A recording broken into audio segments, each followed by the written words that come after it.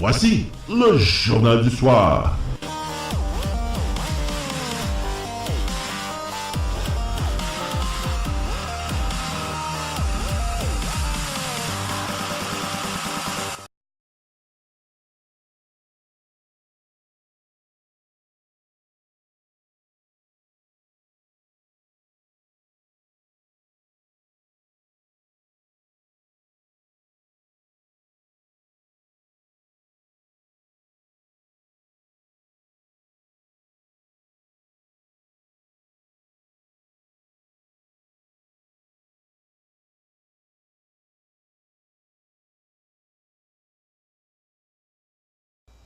OK. L'as-tu entendu?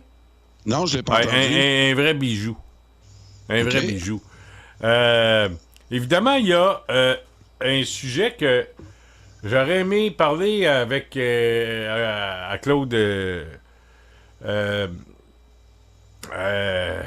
Claude Veilleux sur une nouvelle patente qu'Ottawa veut convaincre, puis pas n'importe qui, c'est les alliés du G7, là. Pour cibler le suprémacisme blanc. On va en reparler tantôt, Carl.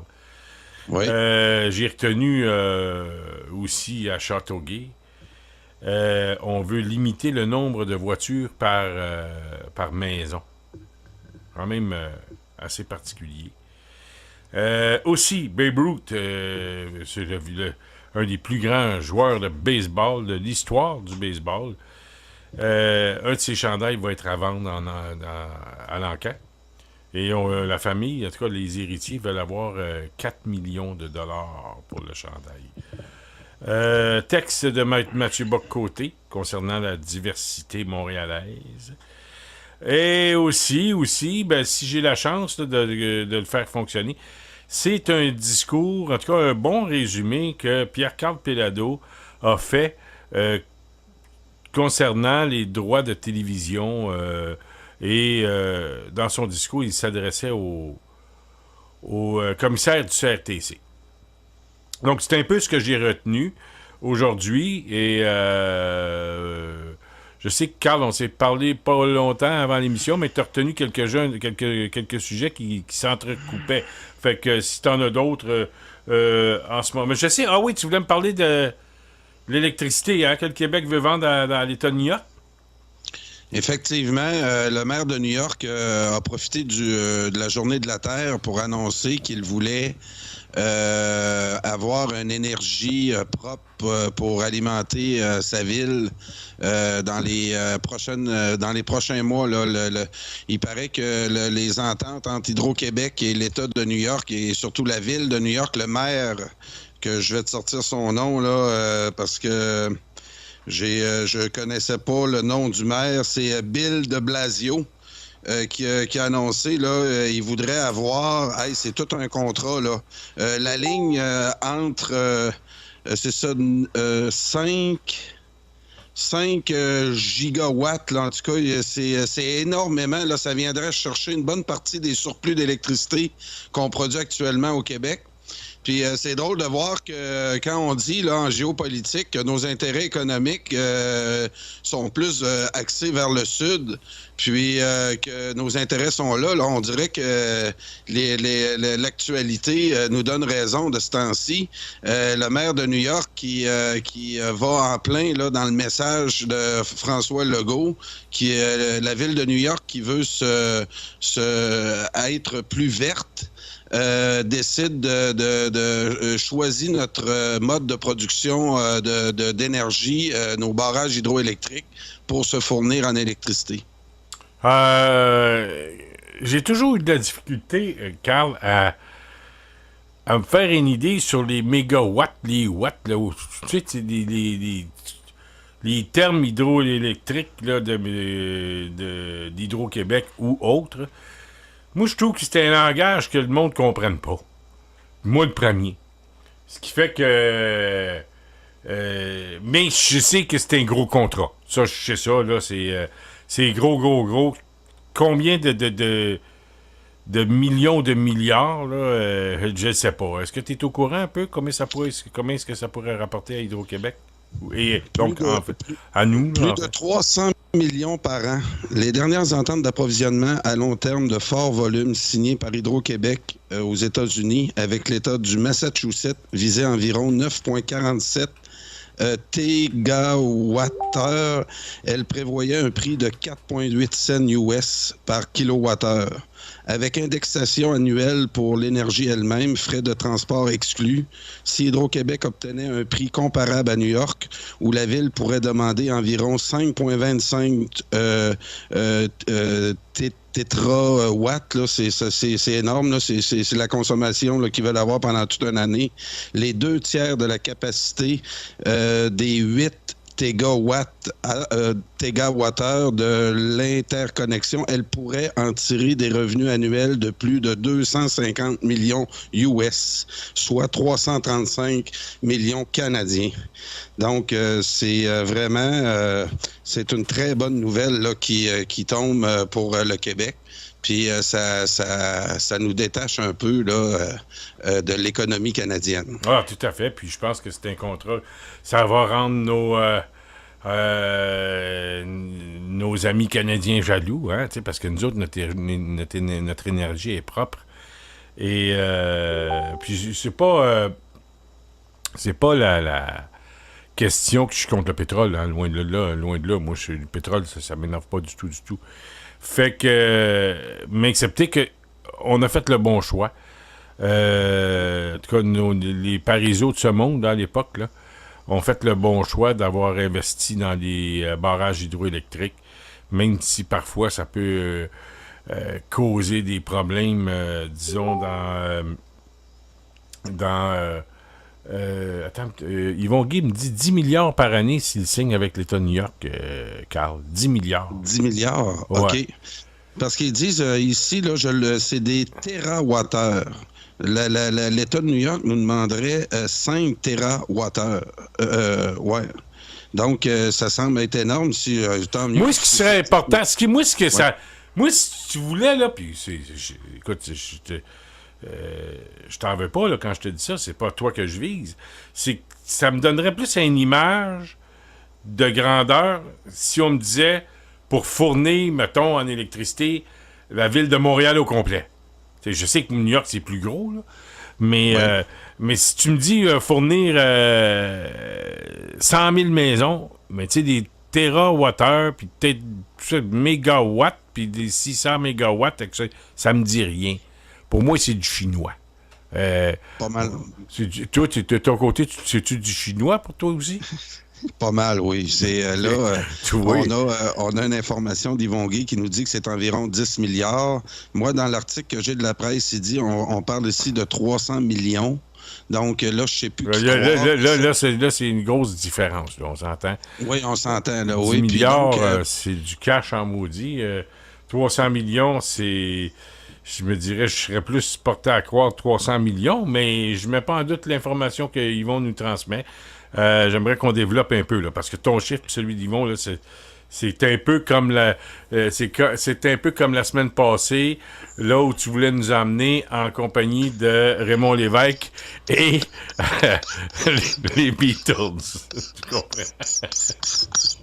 Effectivement, là, on est vraiment entre deux mondes. Oui, on est dans deux mondes. Yvon, moi, je suis payé en ce moment pour parler à la radio. Yvon est payé pour faire de la recherche. Fait que recherche, Yvon, puis on veut le savoir.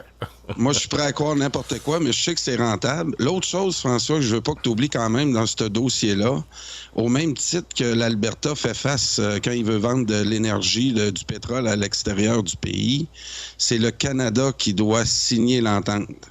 Si tu te rappelles bien aussi, il y a un État dans le nord-est américain aussi qui s'est rapproché de François Legault il y a quelques mois pour aussi acheter de l'électricité du Québec. Puis, à ma grande surprise, j'ai appris, en m'informant sur le sujet, qu'on doit avoir la signature du gouvernement canadien avant de procéder. Donc, avec cette entente-là avec New York, je pense que c'est ça aussi là qui manque à l'entente. Donc, ça nous fait comprendre l'inutilité d'une signature comme ça. Pourquoi que le Canada viendrait se mêler d'une entente entre deux États, en fait. L'État québécois avec l'État de New York. Même, donc, il faut suivre ça aussi attentivement, comment le gouvernement canadien va essayer là, de tirer son épingle du jeu là-dedans, puis qui est totalement à notre désavantage. Donc, c'est ça aussi que j'avais à te dire. Fait que c'est ça. Hier, on a parlé un petit peu. Je sais pas si tu as écouté un petit peu l'émission que j'ai eue hier avec Chauliaille. Non, j'ai pas eu le temps. Non, mais en tout cas, ça a été intéressant aussi. On a parlé un peu de ça. C'est les choix qu'on a fait, effectivement. Tu parlais de Parizeau tantôt. Puis j'en ai parlé un peu hier aussi. C'est pas parce qu'on est plus brillant que les autres. Notre territoire ici, nos nombreuses rivières, on a eu l'idée là, de développer des barrages hydroélectriques. Il y a aussi des gens dans les années 60-70 qui ont eu l'idée de l'acheter au nom des Québécois. Puis, il faut, je pense, féliciter là, ceux qui ont pensé à l'État et à la collectivité avant de penser à leurs petits intérêts personnels. Il y avait des politiciens, il y en a encore, on ne peut pas tous les mettre dans le même panier, mais avec des résultats comme on voit là, tout ce qui s'en vient pour nous autres au Québec, côté hydroélectricité, je pense qu'on a une expertise en Amérique du Nord qui peut nous faire jouer un rôle très important. Puis c'est au grand mérite de ces politiciens-là. Maintenant, aujourd'hui, il y a aussi dans le débat, il y en a qui parlaient qui voulaient en privatiser une partie. Il y a certains barrages hydroélectriques qui sont privés. Si vous passez à Québec, la rivière Chaudière, il y a un barrage hydroélectrique là, qui a été construit il y a environ une quinzaine d'années. Je connais bien le dossier, je viens de Charny. Même, ça doit faire plus que 15 ans qu'il est bâti, ce barrage-là. Et c'est le privé qui l'opère. Donc, il y a aussi certains qui disent là, que c'est Hydro-Québec qui a le monopole. Il y a quand même là, des nuances à apporter. Mais ça reste qu'on a une expertise ici. Puis, on est certain que, oui, certains environnementalistes veulent aussi veulent aussi nous faire penser qu'il y a aussi un prix environnemental à produire de l'hydroélectricité. Mais quand on compare ça au pétrole, puis à la vision canadienne-anglaise, albertaine, on comprend vite que je pense que c'est nous autres là, qui a fait les bons choix. Ah, c'est évident. Écoute, aujourd'hui, on en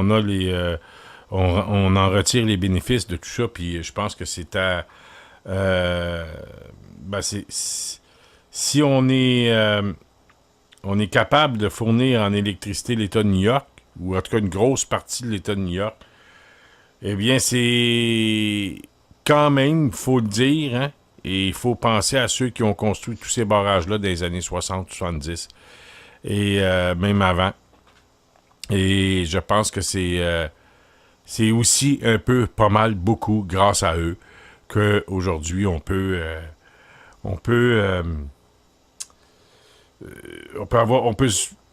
se glorifier, se vanter, être fier d'avoir une société comme Hydro-Québec, même si parfois on peut être en mesure de critiquer par rapport aux augmentations qui nous font de trop, là, puis qui nous remettent jamais, puis qui votent des bonis quand c'est la seule compagnie qui a le monopole, même si tu as des barrages, quelques barrages privés, en grande partie, ça appartient aux Québécois, tout ça. Là. Mais, en bout de ligne, je pense que on a le droit d'être fiers de cette société d'État. Et c'est grâce au travail de ceux qui nous ont précédés. Et c'est là qui m'amène, en tout cas, disons un petit commentaire, à la jeunesse d'aujourd'hui, qui connaît la jeunesse pense qu'elle connaît tout, c'est tout. Je peux dire une chose, qui s'arrêtent donc 2 petites minutes, là, puis qui veulent changer le français, qui veulent changer la façon de parler. Parfois, on a de la misère à comprendre les jeunes, là, comment est-ce qu'ils parlent. On dit pas que nous, notre génération, on est parfait, là, on parle parfaitement le français. Non, non, on n'est pas là, là. Mais qui veulent changer le niveau de langage, genre, tu sais, comme, veut dire, tu sais, on se comprend plus là-dedans. Là. Puis après, ils ramènent des mots anglais là-dedans. Je comprends. Tantôt, ma conjointe me faisait lire quelque chose, mais je comprends pas ce qu'ils disent. Puis là, ben, elle est bilingue. Moi, pas moi, là, mais...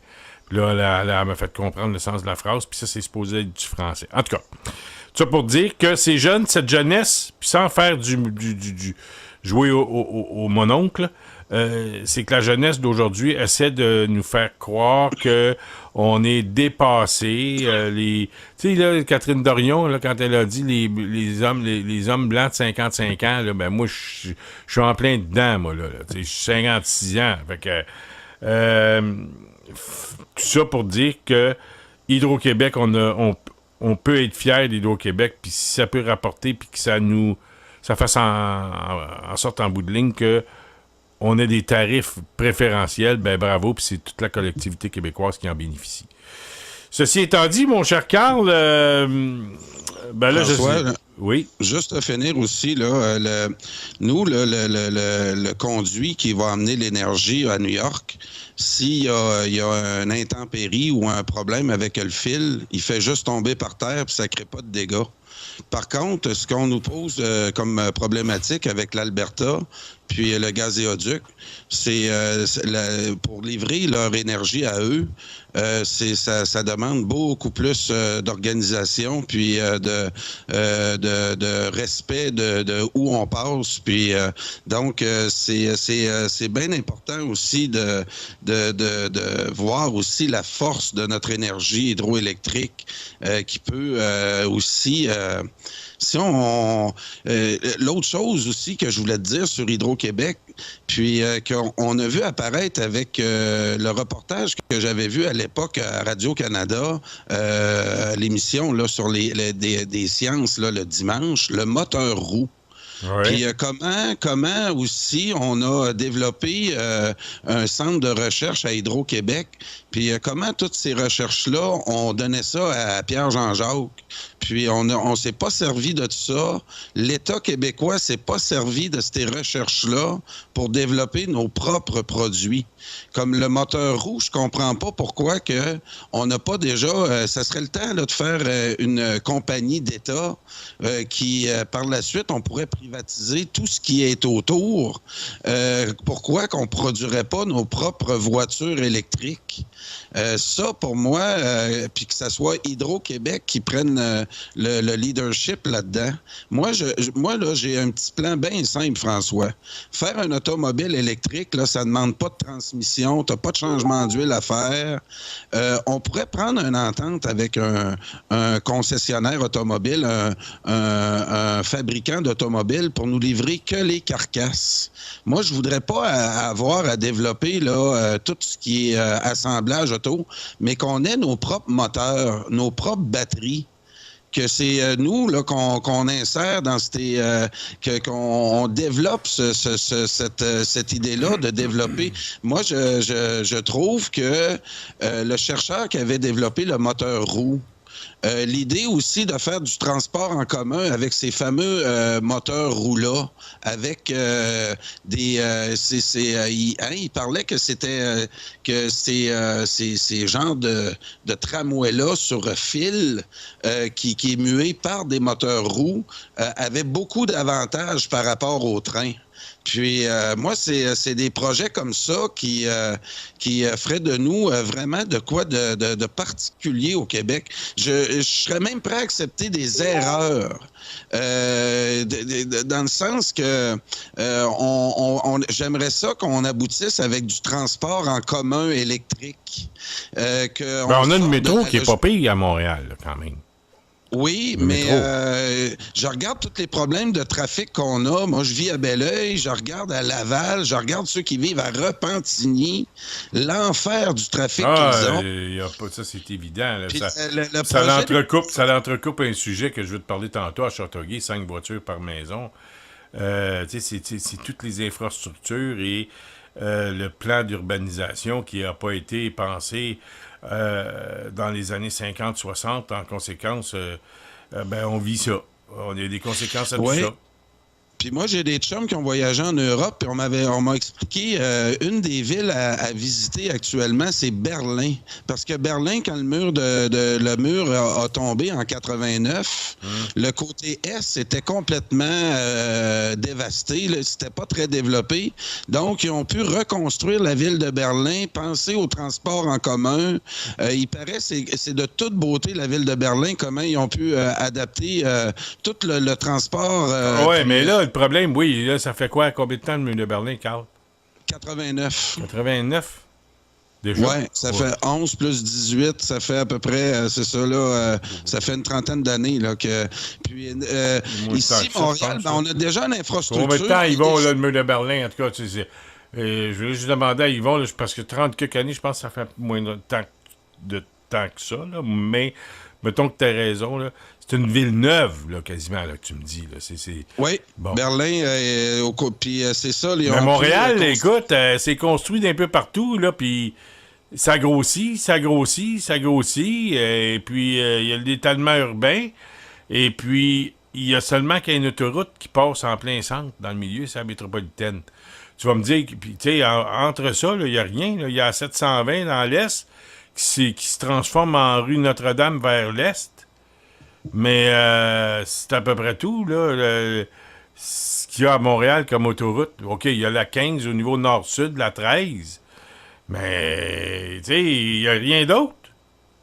Oui, puis on ne réglera pas le problème en faisant plus d'autoroutes. On est vraiment, l'Occident, on est vraiment face à un problème qu'il va falloir réfléchir. Il y a un instant, t'as-tu vu le prix du gaz cette semaine? Où ce qui est rendu? Oui, j'ai vu ça. J'ai 1,40 que j'ai déjà vu du super, pas du super, mais du ordinaire. Là. Du ordinaire, 1,41. On est pas loin là, du plafond qu'on a pogné il y a une couple d'années à 1,5 piastre. Là. Et là, ça rend les déplacements beaucoup plus dispendieux. François, ça rend tout ce qui concerne la production. C'est sûr. Puis, mais il y a une chose que tu as remarqué. Quand le prix est devenu à ce niveau-là, le baril du pétrole avait monté à au-dessus d'1 piastre. Il avait monté à 1,40 piastre. Là, actuellement, le prix de l'essence est à 1,41. Puis le prix du baril est à 60 piastres, le baril. Ils s'en mettent plein poche. C'est qui se met l'argent dans les c'est les pétrolières, tu le sais, puis les gouvernements qui taxent le pétrole. Tu sais, le gouvernement, là, plus le gaz est cher, plus il taxe. Je comprends tout ça, puis je suis content que tu me répondes ça, mais c'est ça qu'il faut s'apercevoir qu'on a une étape. Oui, mais Carl, peu importe si le gaz est plus cher, là. À nous fourrer pour faire plus, ça devient un État qui est complice. Mais à un moment donné, ils vont être obligés de le baisser, le gaz. Je suis convaincu de ça, parce qu'il va y en avoir de moins en moins de monde qui vont prendre leur voiture. Par contre, il y a toujours le phénomène des gens qui ne veulent pas prendre le transport en commun, qui veulent prendre leur voiture, sont prêts à payer un peu plus cher, mais il y a les autres alternatives.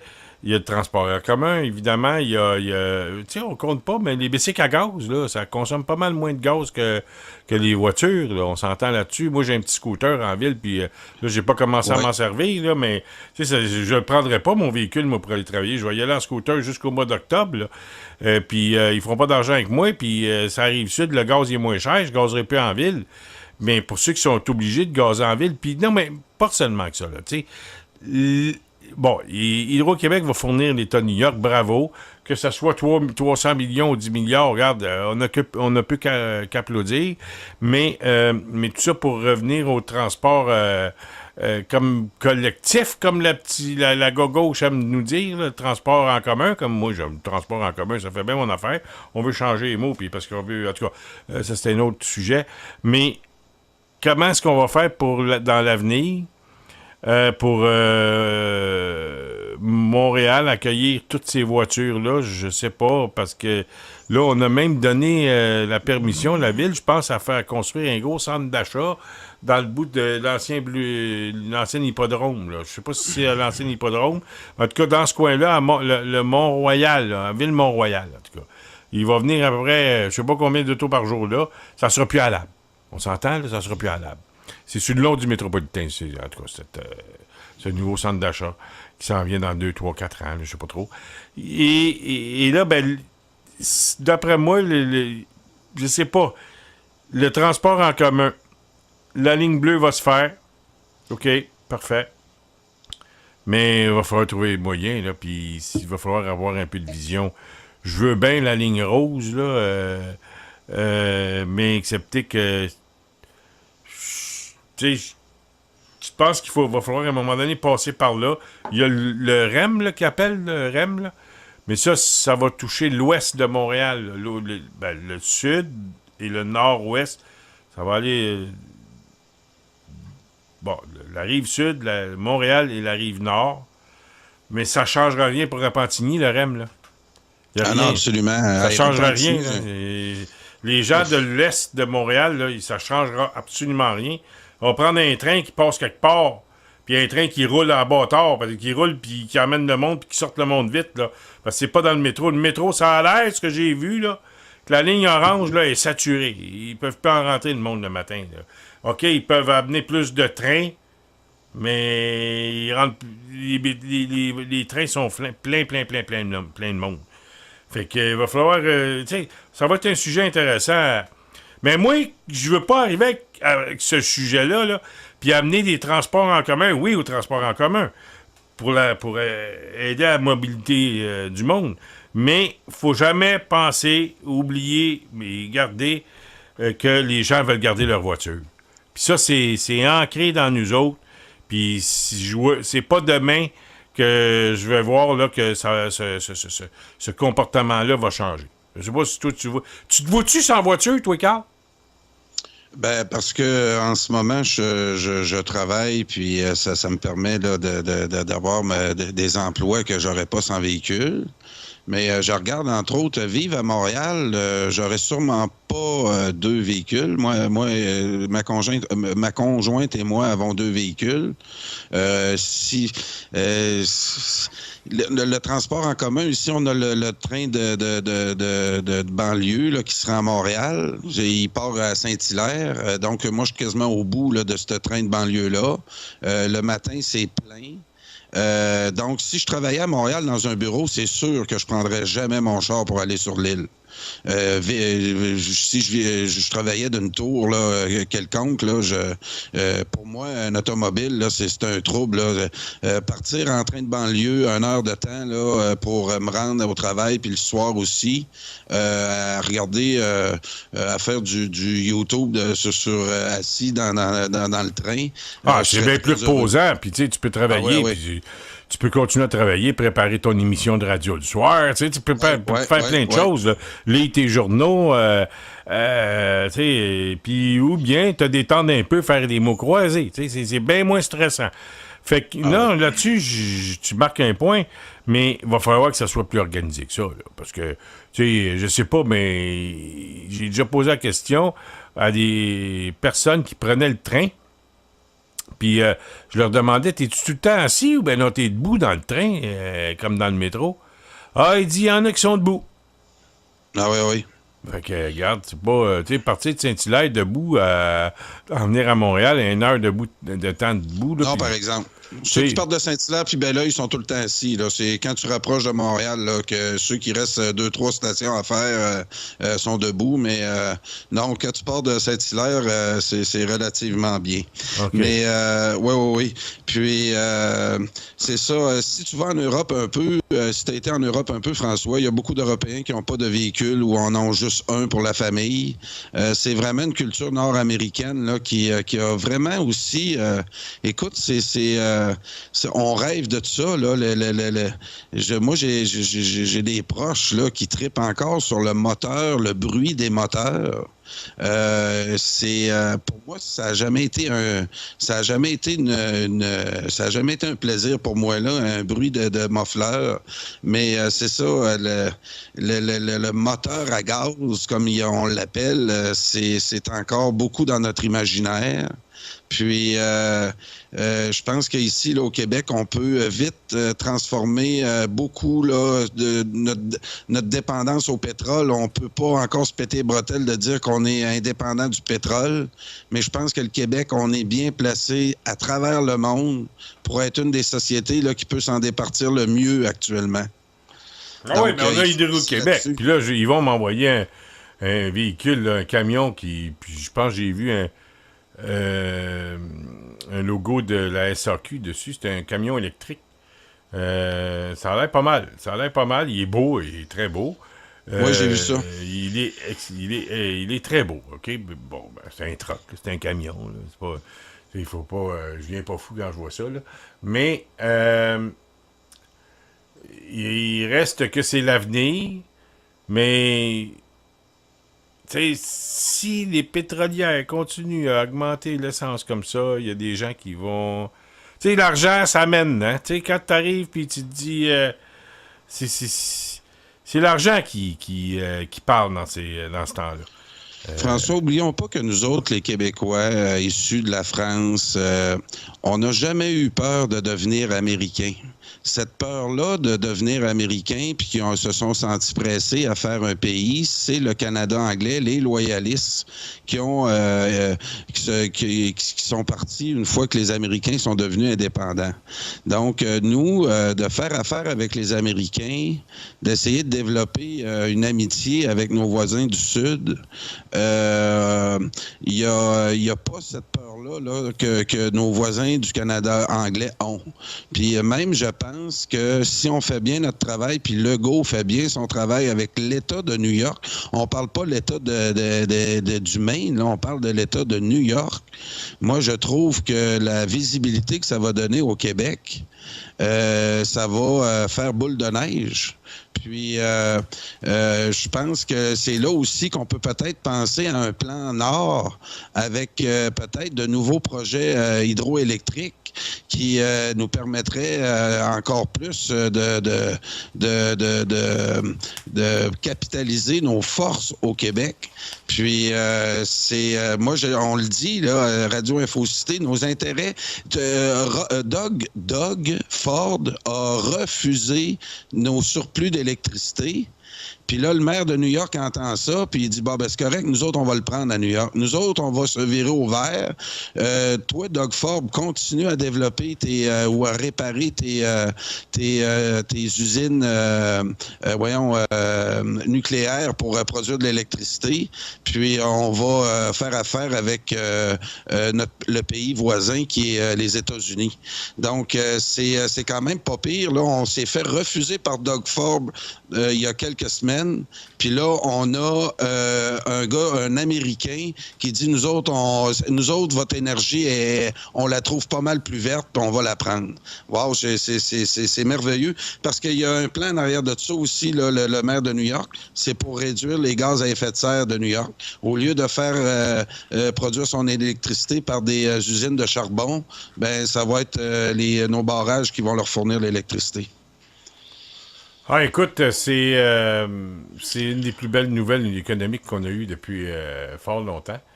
Et je pense que ça fait du bien d'entendre ça. Mais j'ai hâte d'avoir le montant. Le montant, c'est important.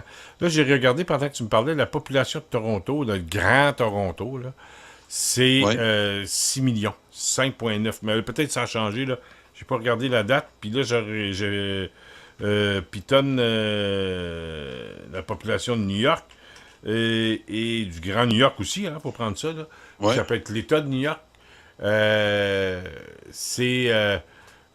Bon, là, j'ai 8,6 millions.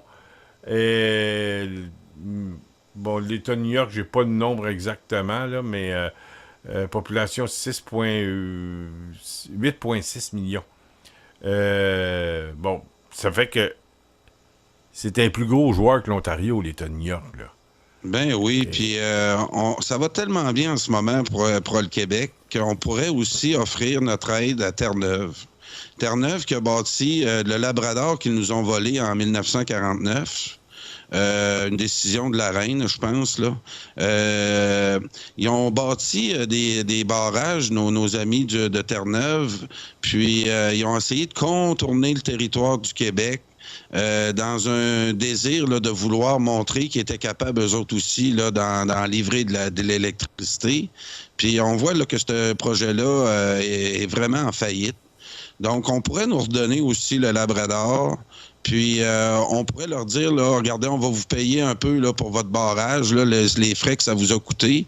Puis, on va l'opérer, nous autres, parce qu'on a des voisins au sud là, qui en veulent. Puis, moi, je pense qu'il y a plein là, de petites crottes là, que le Canada anglais a sur nous.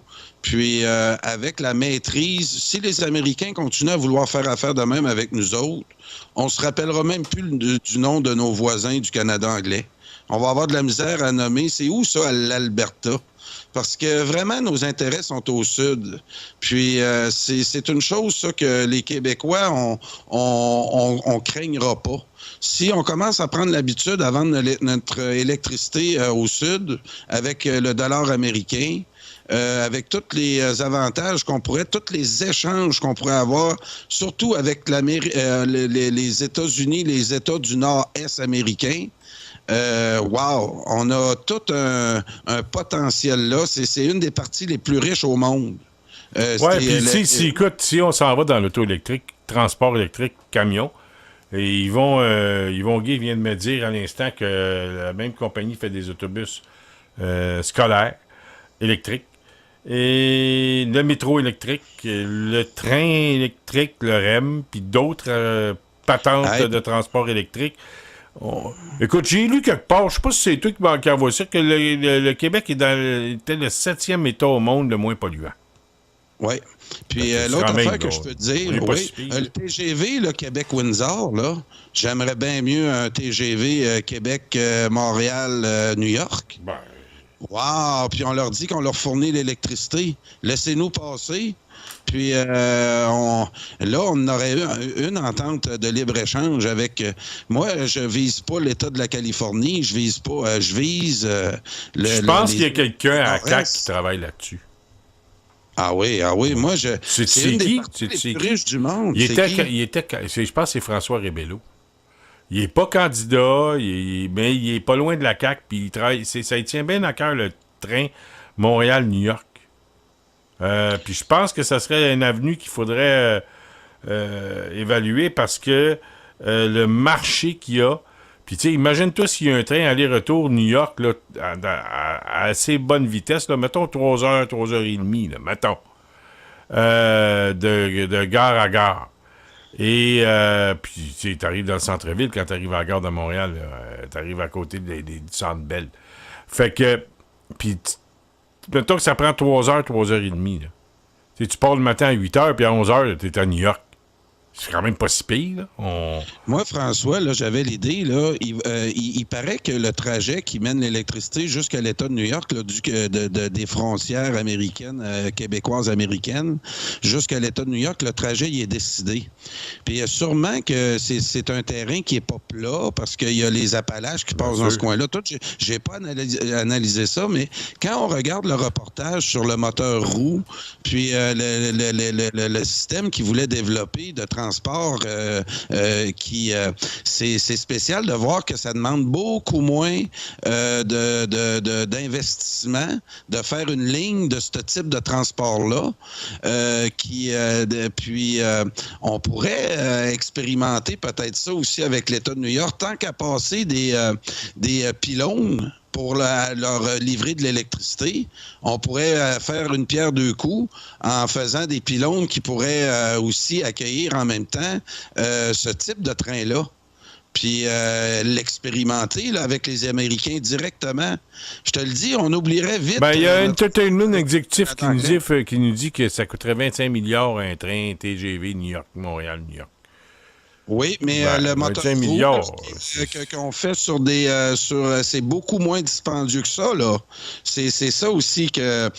puis on parle pas d'une vitesse aussi rapide qu'un TGV, je suis d'accord, mais on parle de vitesse beaucoup plus quand même intéressante qu'on pourrait avoir sur ce type. Tu te rappelles-tu de ce que je te parle là, François? Tu l'as-tu vu, ce modèle-là? Le moteur roue?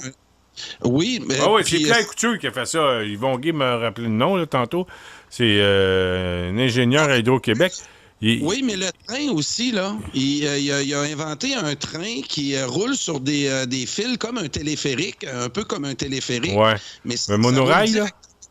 Non, c'est pas un monorail, c'est comme sur... ouais, mais c'est tenu par le haut. C'est l'émission Oui. de... Ben, je m'en souviens quand j'étais bout de temps à Option Nationale, puis il l'avait proposé. Il est tenu par le haut, puis le monde sont en dessous. Oui, c'est ça. Puis tu peux gravir, tu peux monter, tu peux descendre avec ça. Puis, c'est un monorail. Ils appellent ça le monorail.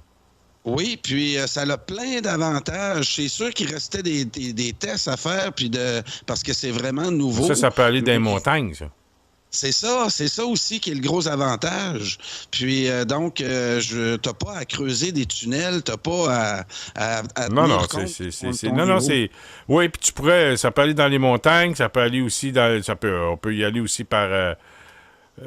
Si c'est trop creux, ben tu y vas par tunnel. Là, ça pourrait rentrer dans un tunnel. Le monorail pourrait rentrer dans un tunnel, mettons 1 kilomètre de long, en hauteur, là, puis il passe dans le tunnel. Mais effectivement, c'est une avenue aussi. Puis je pense qu'à Montréal, ça pourrait être une option, le monorail, qui passerait par-dessus, là, mettons, des grandes rues. Là, tu dis une grande rue, là, ben on y va, dans le monorail. Puis on y va parce que il y a certains coins, puis ça, c'est pour aller nord-sud, là, puis on pourrait y aller est-ouest, là, si on veut privilégier. Parce que ça coûte cher aussi de faire des tunnels là, pour faire un métro. Donc, le monorail pourrait être une option parce qu'il y a certains endroits que l'autoroute métropolitaine n'est pas, suspendue. Là. Elle aura les rues, là, je parle de P9, l'Assomption, Viau, là.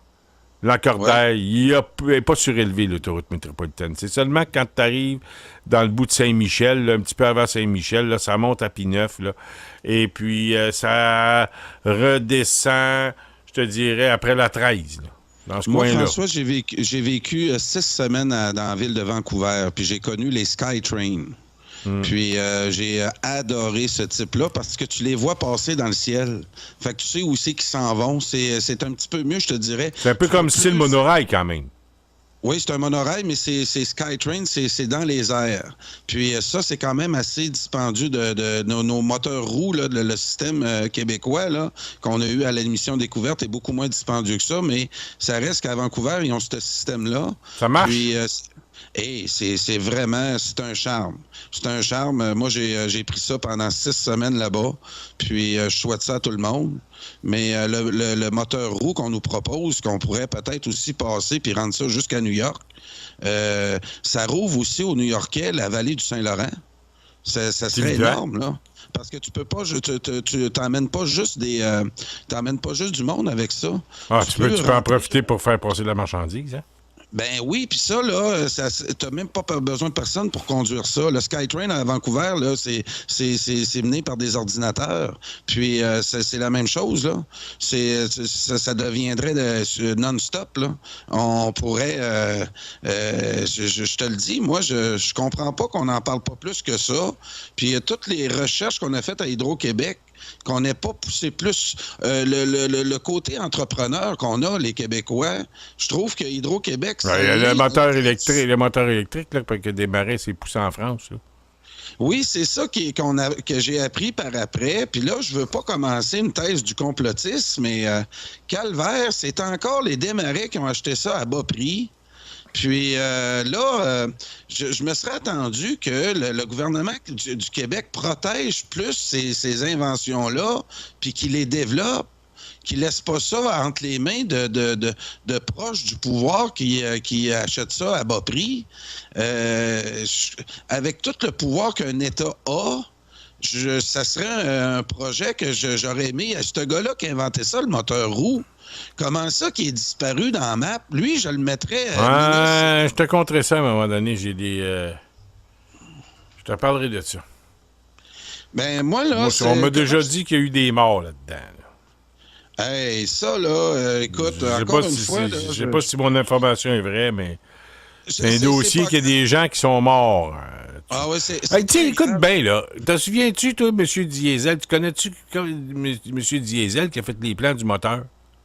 Comment est-ce qu'il est mort? Sais-tu comment? Non, non. Ben, il avait fait... Ça, c'était... On parle des années 1800 quelques. Je sais pas l'année exacte, là. C'est facile à trouver sur le décès de M. Diesel.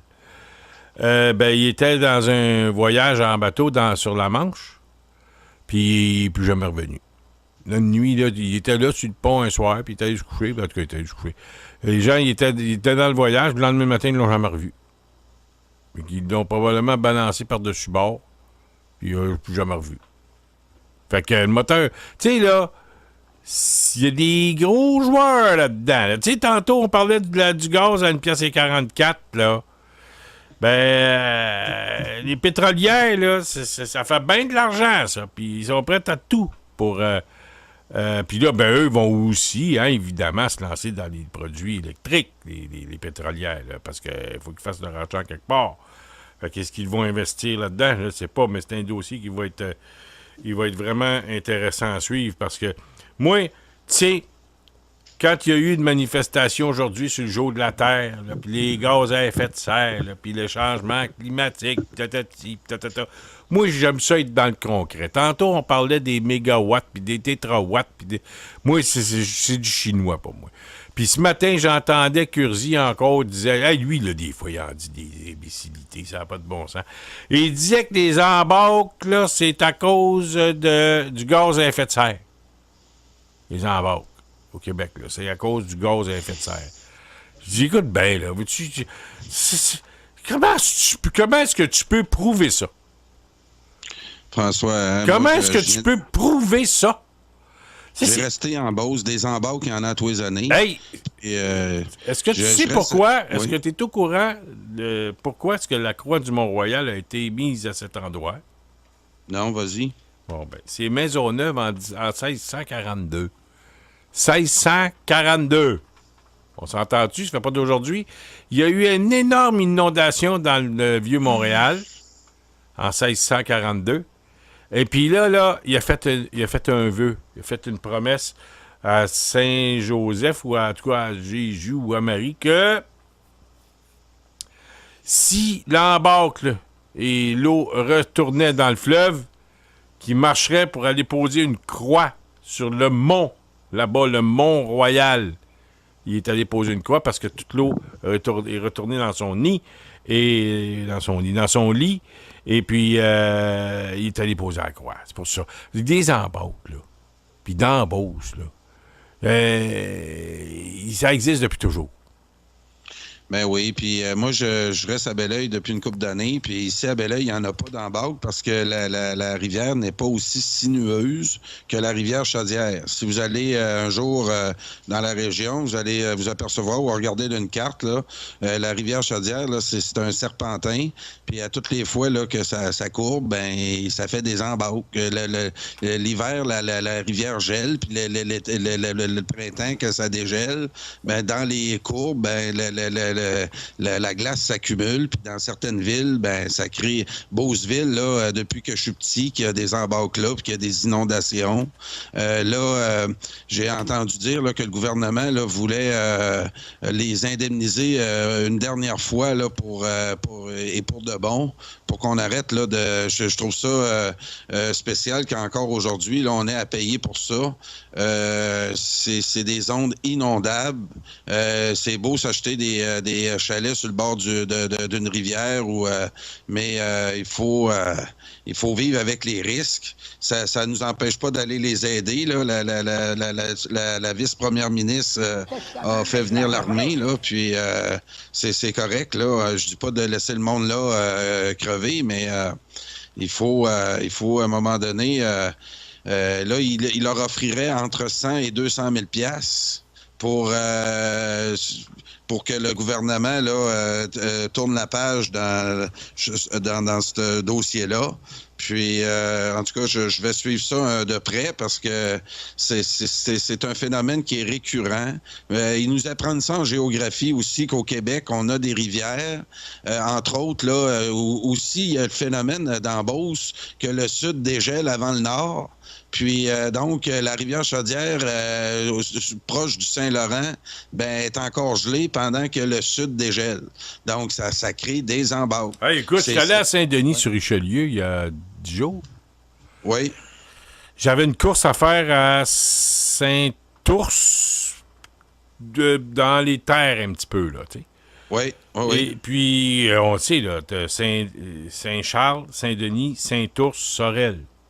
Oui. Saint-Ours, c'est le village à côté de Saint-Denis. Je te dis, en 5 minutes de voiture, là, à Saint-Denis, il n'y avait plus de neige, puis à Saint-Ours, il y avait encore de la neige d'un champ. Puis à Saint-Denis, il n'y avait plus rien. Donc, on était à 3 minutes de marche d'auto. Oui, puis les rivières du côté nord du Saint-Laurent, eux autres, c'est le contraire.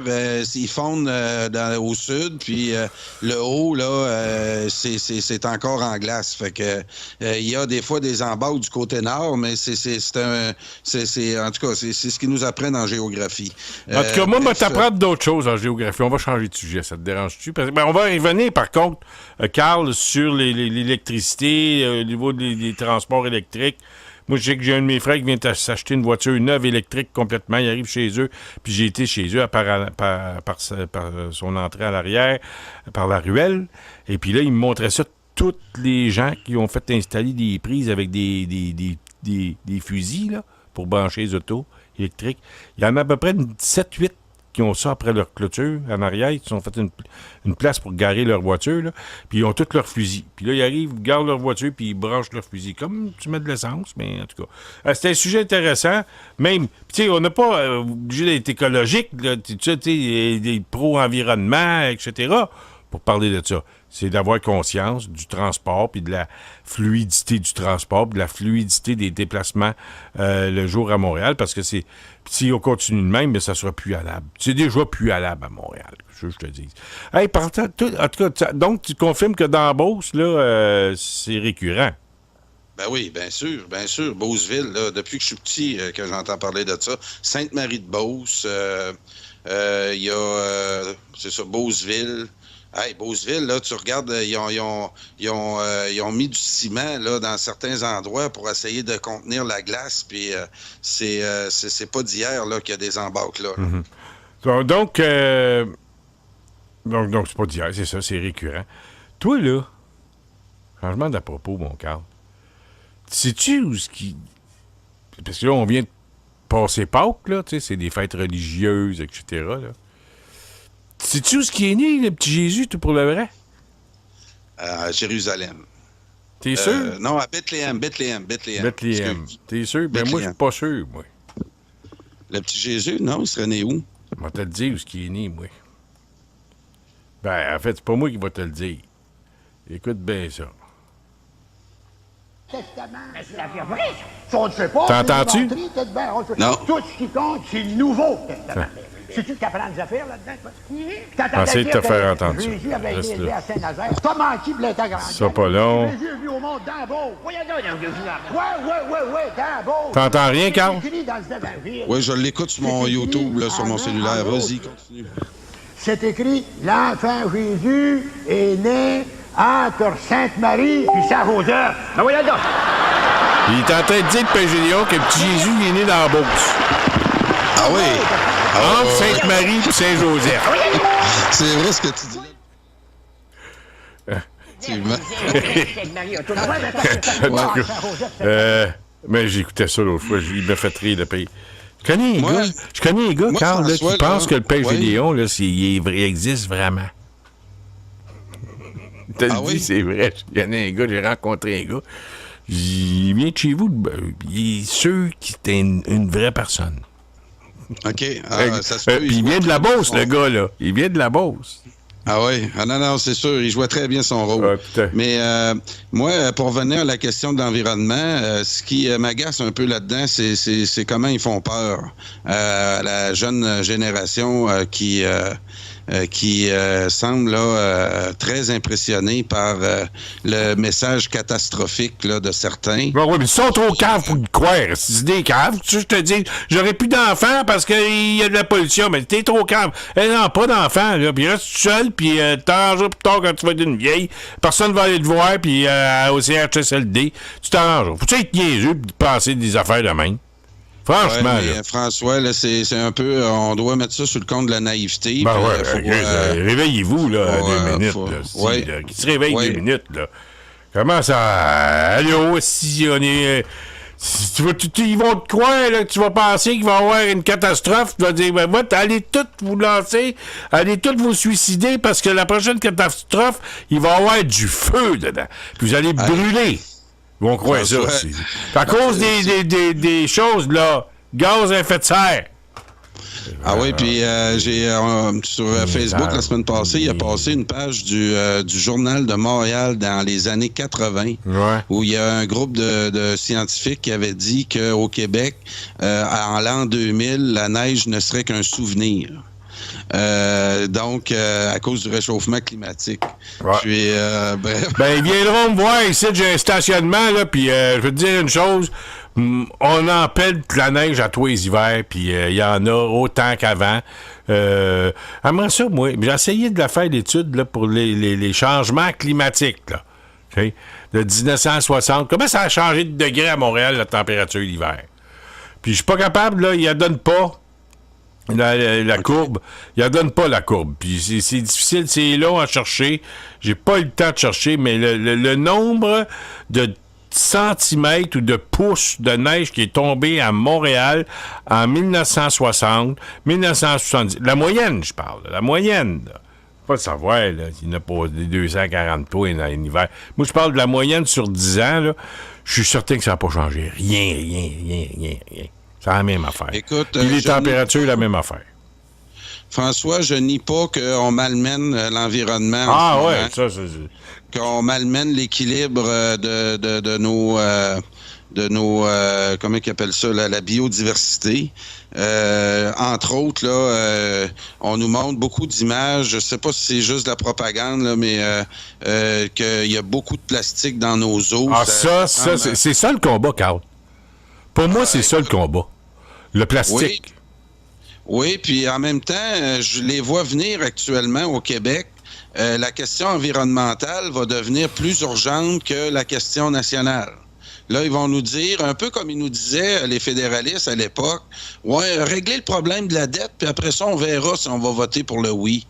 Puis là, il va y arriver la même chose. Là, ils vont nous dire, ouais, mais régler les problèmes de la planète, mais on va essayer de leur expliquer, François, tranquillement, que s'ils veulent qu'on ait le plus d'influence là-dedans, puis que vraiment le modèle québécois qui se développe sur le territoire québécois de la vallée du Saint-Laurent, d'un groupe francophone, il s'est développé un modèle énergétique qui est nettement avantageux, qu'on pourrait vendre cette expertise-là dans le reste de l'Occident pour améliorer, nous libérer du pétrole. Donc, moi, c'est ça qui, à mon avis, va essayer là, de replacer ceux qui semblent voir le Québec comme la nation du Québec comme un problème actuellement. Que dans Québec solidaire, il se retrouve beaucoup de souverainistes, des jeunes, mais en même temps, chez les jeunes, je trouve que la pensée n'a pas été encore beaucoup développée. Certains disaient qu'on a vécu là, un règne libéral de 15 ans. Aussi avec un parti québécois très complexé d'exister, entre autres... Je me demande s'ils sont là, eux autres. Ben, écoute, puis je pensais pas que c'était aussi bien ancré que ça. Quand notre invité, là, Patrick, son nom de famille, c'est comment, François? Sénault. Quand Patrick Sénault nous est revenu avec le discours de Parizeau, rappelle-toi qu'il a dit que c'est le discours de Parizeau qui a fait reculer la souveraineté. Donc, on avait un parti souverainiste complexé, un parti libéral assimilant, qui a essayé de renverser la vapeur du référendum de 95. Rappelle-toi quand Sarkozy a passé en France, une des choses qui fatiguait les fédéralistes, c'est que la France appuyait la souveraineté, ou en tout cas, elle n'allait pas être indifférent face à un oui. Puis Desmarais a senti le besoin de financer le président de la France. Puis Sarkozy l'a amené ici tout de suite après son élection pour lui dire que la France n'était plus nécessairement derrière le Québec. Donc, il y a eu toutes sortes de manœuvres comme ça, mais donc, pour revenir à la question de l'environnement, puis nos souverainistes égarés un peu partout, je veux pas là qu'on commence à développer encore des thèmes plus urgents que la nation québécoise. Moi, je pense là que les prochaines semaines, je suis même plus dans les prochains mois, si Legault continue comme ça, j'aime bien l'idée là qui fait avancer l'État québécois. Si ça s'appelle pas l'indépendance, s'ils veulent appeler ça un fédéralisme renouvelé, mais qui est encore plus efficace que l'indépendance du Québec. Je te l'ai dit, on fait du Parlement canadien un musée de cire, puis on leur laisse les bureaux de poste. Puis les bureaux de poste, on finance ça, là, on met ça dans un pot, là, toutes les provinces, puis on leur paye là, des camions avec des fleurs d'érable dessus. Mais pour le reste, là, on va gérer ça chacun chez nous. C'est vraiment là, la voie là, qui me motive. Le premier ministre de l'Alberta, là, M. Jason Kenney, qui nous parle en français maintenant, on va pouvoir lui expliquer là, que l'Alberta aussi aurait bien plus avantage à faire affaire avec son voisin du Sud. Puis l'Alberta fera bien ce qu'ils voudront. L'autre chose, c'est la Colombie-Britannique. Qu'est-ce que j'ai à faire dans les affaires de la Colombie-Britannique? Tout à fait. Donc, c'est pour ça que je te dis, il faut rester bon joueur là, en ce moment. Il ne faut pas parler de mot séparatisme. Moi, on ne se séparera pas mais de voir comment la stratégie de Legault actuellement, comment il réussit à faire avancer juste par la question de la laïcité, en disant des mots comme pétrole sale. Je pensais pas qu'on aurait ce genre de débat-là très rapidement suite à... Oui, là-dessus, je peux te dire, il nous a tous surpris, je pense. Ah, puis Mathieu Bock-Côté, on va parler de ça après la pause, du texte de Mathieu Bock-Côté. C'est vraiment, c'était urgent. Ce qui est en jeu en ce moment, c'est notre existence dans le monde. Si le Québécois francophone veut exister encore, la laïcité là, est leur première étape vers un respect sur son propre territoire. Puis c'est ça, là, que c'est la réaction aussi des semblables à nous, François, qui m'intéresse. Comment le 70% qui est en arrière de Legault en ce moment, quand on va avoir à prendre de grosses décisions concernant... Il va falloir s'assumer. Inévitablement, ce débat-là nous amène à deux visions complètement différentes et très difficile d'être Canadien puis Québécois en même temps, là. Ça va être très difficile de dire ça au monde. Tout à fait. Et j'aimerais te lire quelques commentaires. Novican qui nous dit « Le plastique dans les océans vient à 80% de l'Asie. » Je ne sais pas si vos chiffres sont exacts, Novi, mais j'ai plutôt tendance à vous croire. Au Québec, moi, c'est évident qu'il y a des fois des cochons qui s'en vont sur le bord de la plage, là, mais c'est pas ça qui pollue le fleuve. Puis on n'a jamais vu de couvercle de plastique, de poubelle dans le fleuve Saint-Laurent.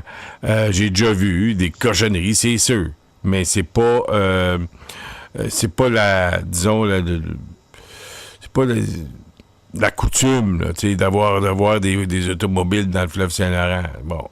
OK, mais ça arrive, mais c'est pas régulier. Maintenant, Carl, élection à l'île du Prince-Édouard, je voulais juste te donner les résultats. Oui. Je veux juste te dire une chose, par contre, dans les pays en développement, là, certains bidonvilles, puis tout encore, puis on peut pas leur reprocher, là, c'est de l'extrême pauvreté. Mais qu'est-ce qui fait le ménage dans les rues? Puis qui ramasse les vidanges, ça appuie. Donc, c'est sûr que ce qu'on voit apparaître dans les océans vient pas nécessairement en tout cas, des pays comme les nôtres. Mais c'est ça, il va falloir trouver une solution parce que ça semble... Ah oui, mais il y a certains pays là, que tu leur donnes de l'argent, mais la corruption est tellement gangrénée là, que même si tu donnais 10 milliards, ils s'en distribueraient entre eux, puis ils s'achèteraient des châteaux, ils donneraient pas au peuple. On l'a déjà vu, celle-là. Île du Prince-Édouard, Montcalm, résultat, je sais pas si c'est final, mais c'est une autre province, je pense, qui s'en va vers le bleu. C'est un gouvernement minoritaire, par contre, conservateur, 12 élus. Parti vert il y a certains. À Radio-Canada, aujourd'hui, ils disaient que le Parti vert était pour l'emporter. Mais non, ils n'ont pas été élus. Ils ont eu 9. Quand même pas mal, quand même, il faut le dire. Libéraux 5, NPD 0, Indépendant 0, etc. Donc, les conservateurs sont élus, mais minoritaires. Parfois, s'ils font des bons coups, ils peuvent avoir la majorité. Mais c'est pour 18 mois, puis là, des élections fédérales vont avoir lieu avant ça. Il va y avoir pas mal de... Le Canada est en train de revirer au bleu conservateur. Je sais pas, je voyais seulement que... Il y a seulement que la Colombie-Britannique qui est NPD, puis à partir de l'Alberta, c'est bleu jusqu'à l'autre bout, là. François, hein? Je suis content que tu me parles de ça, là, parce qu'effectivement, moi, je l'ai vu le reportage de Radio-Canada qui disait que le Parti vert allait gagner à l'île du Prince-Édouard. Quelle propagande! Puis j'ai commencé mes recherches sur le Parti vert du Québec, entre autres, parce que dans plusieurs pays de l'Occident, le Parti vert est aussi le terroir de plusieurs groupes de toutes sortes de groupes religieux, de groupes. Le Parti vert est entre les mains de toutes sortes de groupes de gauche. Qui vivent aussi là dans un monde de licorne. Et ces gens-là, souvent, font pas juste traiter de problèmes environnementaux, demandent la démission de toutes sortes de personnes. Entre autres, la semaine passée, le président du Parti vert du Québec qui a demandé la démission de Denise Bombardier. Donc, ils sont ce parti-là vert. Moi, je suis très environnementaliste aussi. Je suis prêt à faire des efforts. Je suis prêt à écouter ceux qui ont des solutions à nous proposer, des solutions qui sont menées plus par la logique et non pas sur la peur. Moi, je suis prêt à écouter n'importe qui. Mais le Parti vert, je vais t'en reparler là, dans les prochaines semaines, dans les prochains jours. Mais je suis en train de regarder les membres de l'exécutif de ce parti-là, puis les idées qu'ils véhiculent.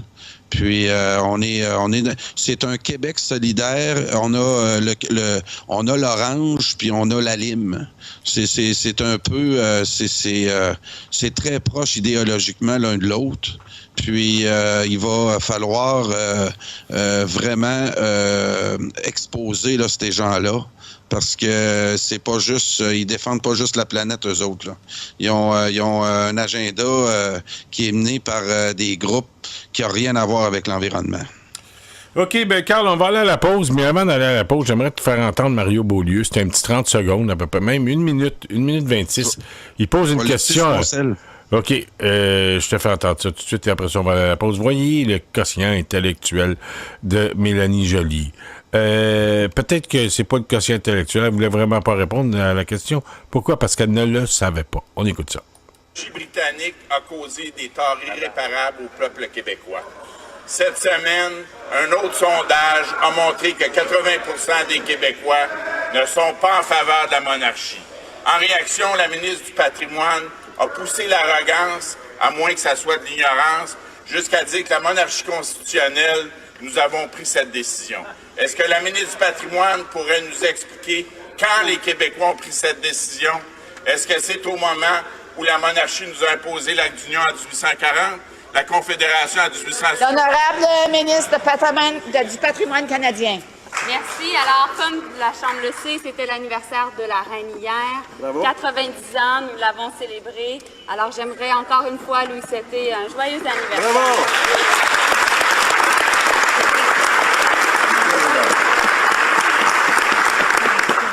il rappelait son importance en tant que chef d'État ici au Canada. Merci. Bravo.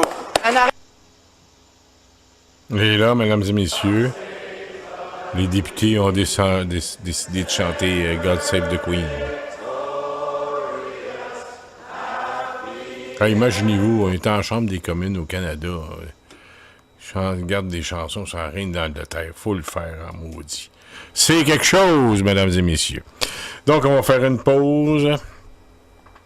Je pense que Mélanie Joly n'a pas compris la question. En tout cas, elle est trop idiote pour la comprendre. Je sais pas, là, mais on souhaite bonne fête à la reine d'Angleterre. Elle a 90 ans. C'est quelque chose. C'est en 2019, hein? 2019, on est obligé de donner de l'argent pour des rois et des reines encore. Pas drôle, là. C'est grave. En tout cas. On fait une pause, on revient tout de suite après. Je vous rappelle que vous êtes en compagnie de Carl Brochu, François Saint-Louis au Journal du Soir. C'est comme ça tous les soirs, mesdames et messieurs. Du lundi au jeudi. Carl est là dimanche matin en compagnie de Jean-Marc. Et c'est que ça. On fait ça tous les soirs et on parle de l'actualité à notre façon. Et c'est ce que ça donne. On vient tout de suite après la pause. Tout ça sur radioinfocité.com. Restez branchés. Touchez pas au piton. On va vous parler de suprémacisme blanc. Après la pause, c'est le gouvernement du Québec qui veut en faire un cheval de bataille. Un chandail de Babe Ruth à 4 millions de dollars. Ouais, 4 millions. Ensuite de ça, je pense qu'on va avoir le temps de parler de Mathieu Bock-Côté, la diversité de la ville de Montréal. Ouais. Et aussi Pierre-Carl Péladeau. J'ai capté un bout de son discours qui s'adressait au commissaire du CRTC. C'est il y a quelques jours de tout ça. Fait qu'on va revenir tout de suite. Restez avec nous.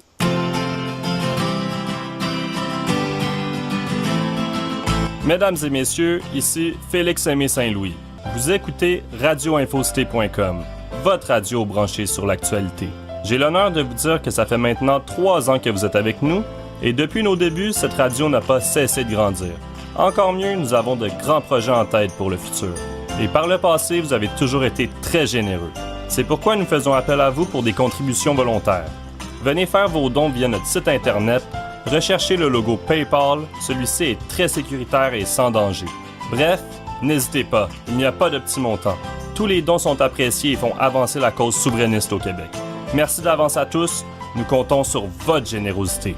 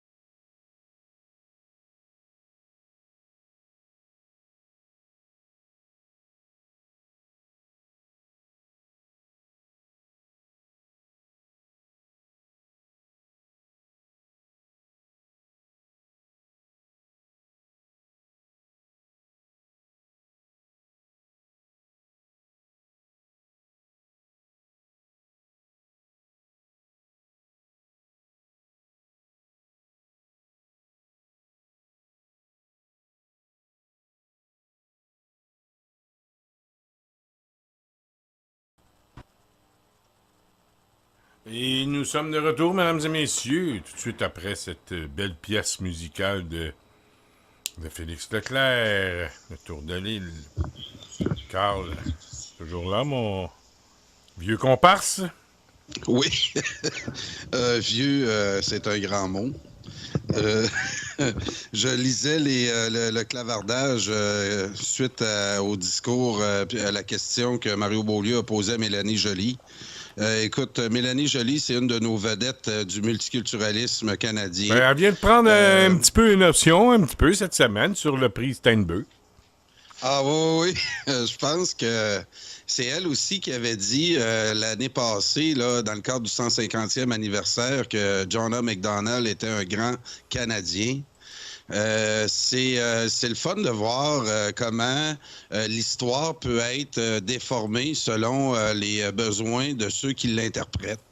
Et le gouvernement canadien tente avec ça, en faisant porter le chapeau à des belles Québécoises, à des francophones comme toi puis moi, élus dans des comtés qui, c'est pas...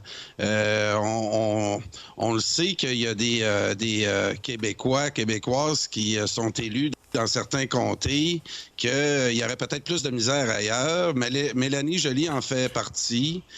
Donc, elle sert ses électeurs. Elle a un discours qui, vraiment... quand on l'entend parler de la réponse qu'elle a donnée, là, puis ils ont commencé à chanter God Save the Queen, là, c'est vraiment pathétique. Quand je t'ai dit tantôt en première partie que nous, les Québécois, l'idée d'indépendance, l'idée d'être américain, notre peur, on n'a pas de mépris envers les Américains. On a toujours, mais on nous a toujours gardé loin d'eux autres.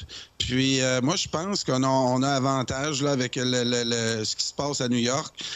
Puis M. Legault, je pense qu'on peut virer ça de bord là très rapidement. Puis d'oublier, je veux les oublier. Mélanie Joly serait une de nos statuts de cire dans le nouveau Parlement canadien. Puis ça deviendrait un revenu. On chargerait de l'argent au monde pour aller visiter ça. J'ai des proches, moi, qui vont souvent à Ottawa dans le temps des tulipes. Donc, ils pourraient aller visiter le musée de cire là, du Parlement canadien.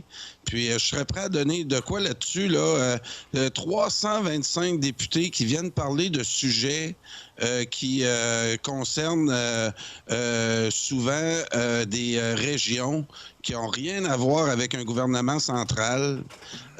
Puis, on a essayé de nous faire croire, puis on essaie de nous faire croire maintenant que le Québec est une province qui se fait payer pour rester dans cette fédération-là. Ben, on a des petites nouvelles pour eux autres.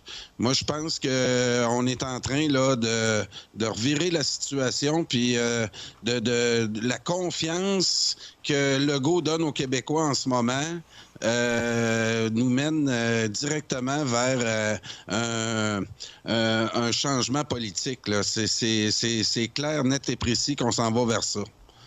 C'est évident, mais faut se dire une chose, Carl, c'est que Mélanie Joly, le God Save the Queen, etc., pour moi, c'est carrément de la provocation. Et bon, il y a qui dit vrai, nous dit, est-ce que le Bloc chantait aussi bien? Non, voyons donc. Là. Faut pas...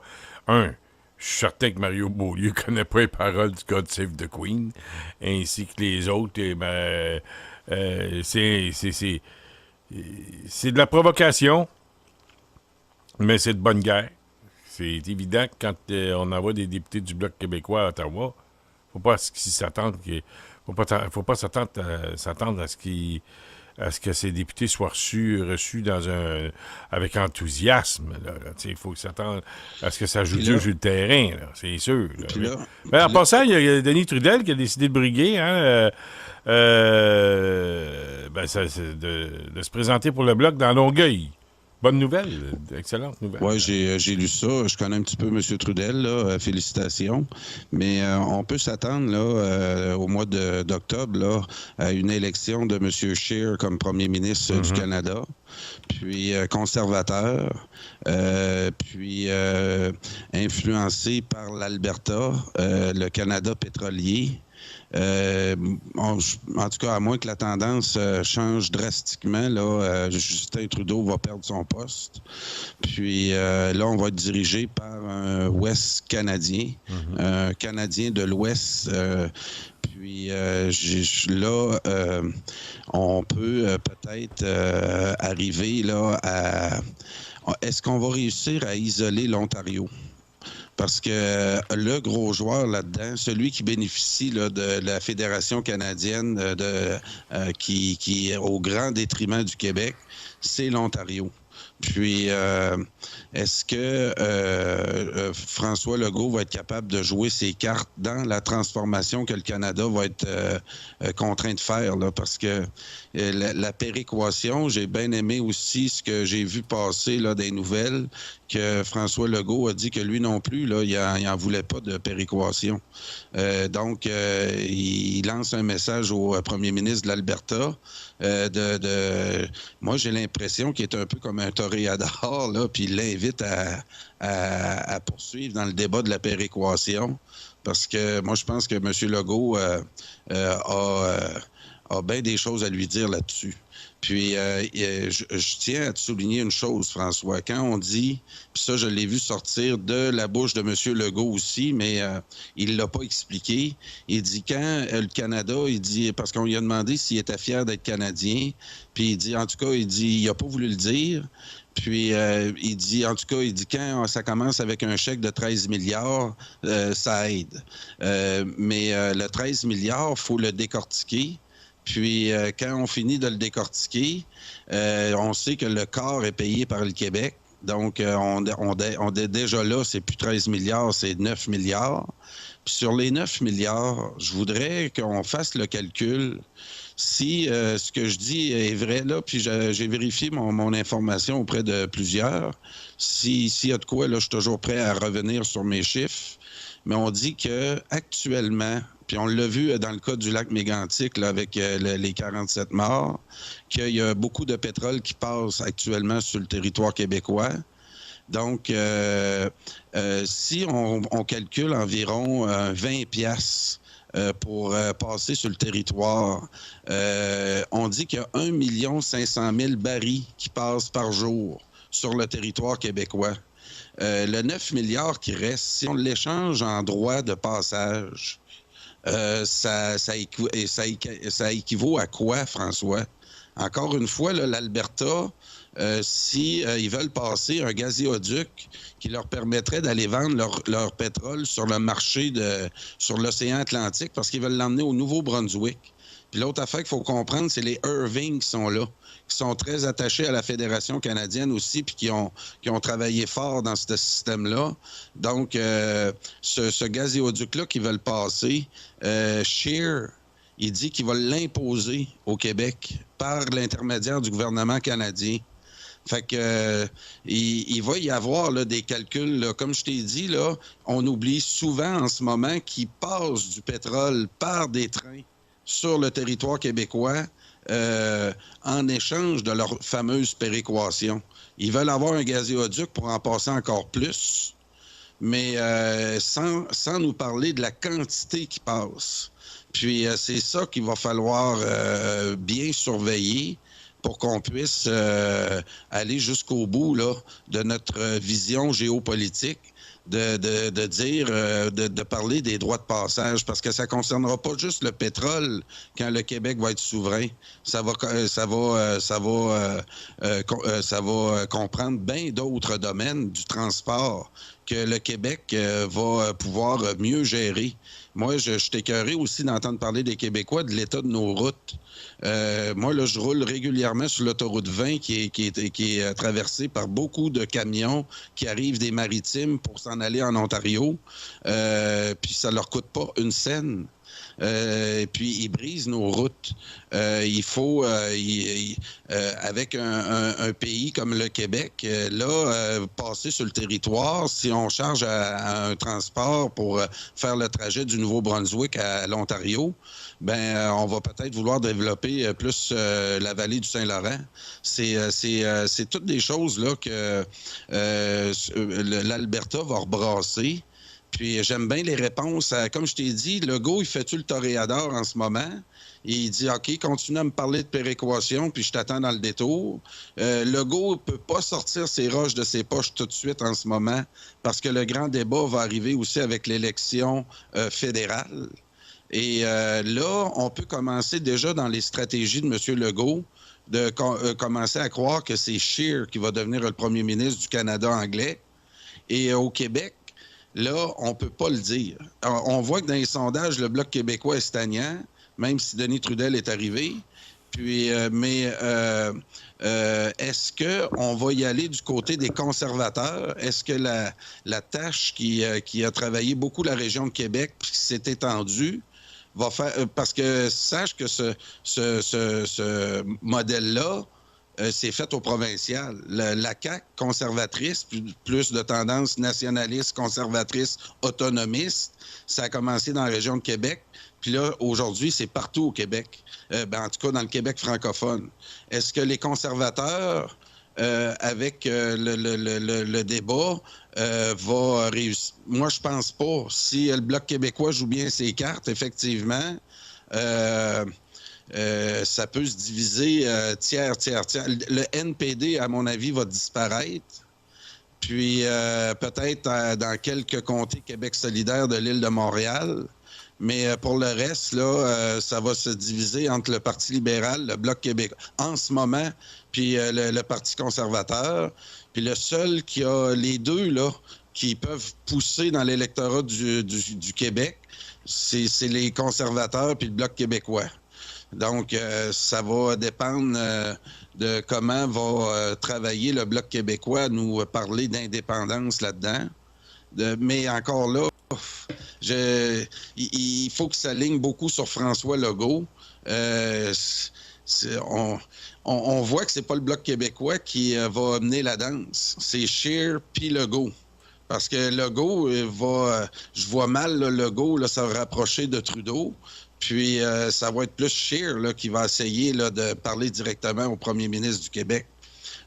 Puis, d'essayer d'être le grand modérateur entre l'Alberta et le Québec. Donc, j'ai hâte de voir comment ça va se dérouler. Puis, c'est pour ça que je te dis, Legault, c'est maintenant que c'est plus Scheer qui va devenir le premier ministre du Canada. Puis, eux se sont engagés, je crois, sur le rapport d'impôt unique. Là, c'est le temps, là. Là, c'est le temps. Legault peut pousser là-dessus aussi.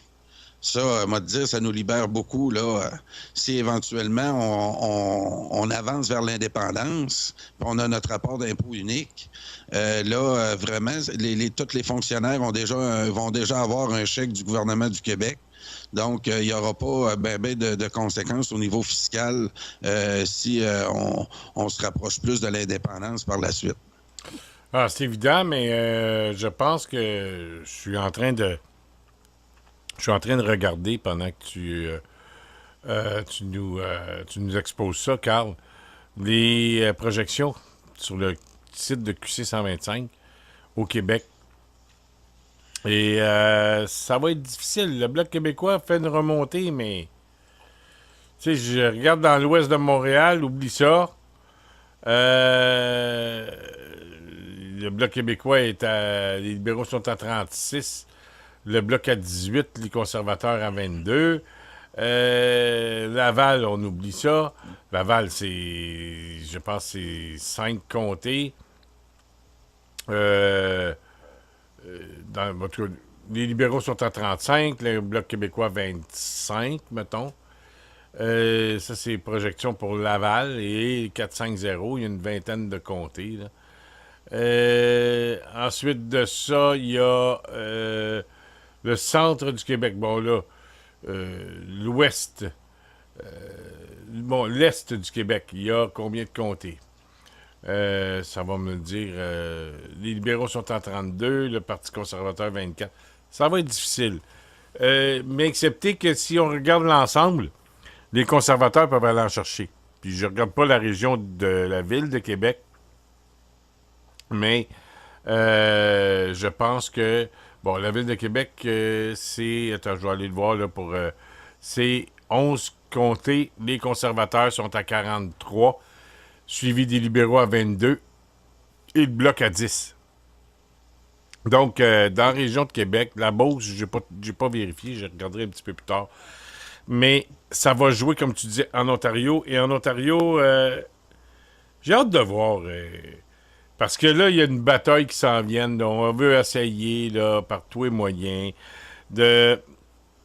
d'accuser les conservateurs, Carl, de racisme. Et on le voit actuellement. C'est qu'Ottawa veut qu'on... Puis ils se sont fait ramasser à Ottawa, là. On n'en parle pas beaucoup, mais j'ai été chercher ça dans la presse d'aujourd'hui.